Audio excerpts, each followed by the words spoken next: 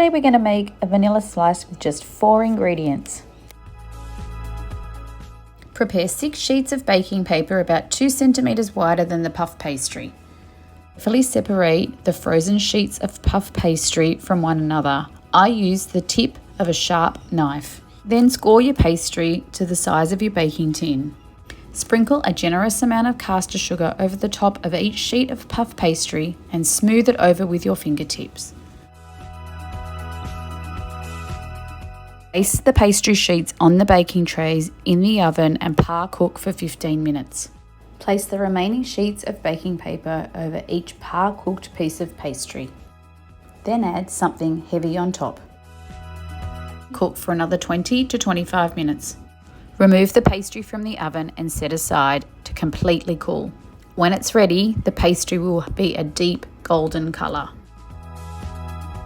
Now let's make the custard filling. Place the cold cream and 3 packets of instant pudding mix into a bowl and beat on high for 2 minutes. It will become very thick.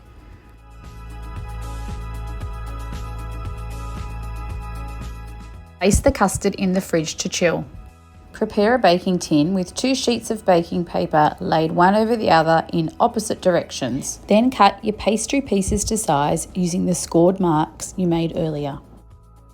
Then lay a piece of puff pastry at the bottom of your baking tin. Scoop in half of the custard filling.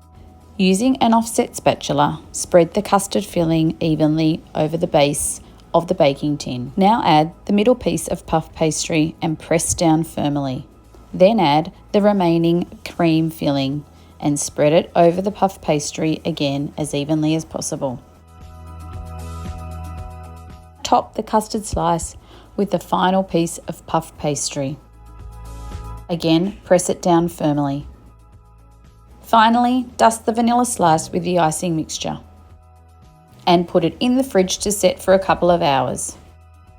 Just look at those beautiful layers of puff pastry. You can't tell me you can't get bakery results in your home oven. Use a serrated knife or an electric knife to cut up your vanilla slice.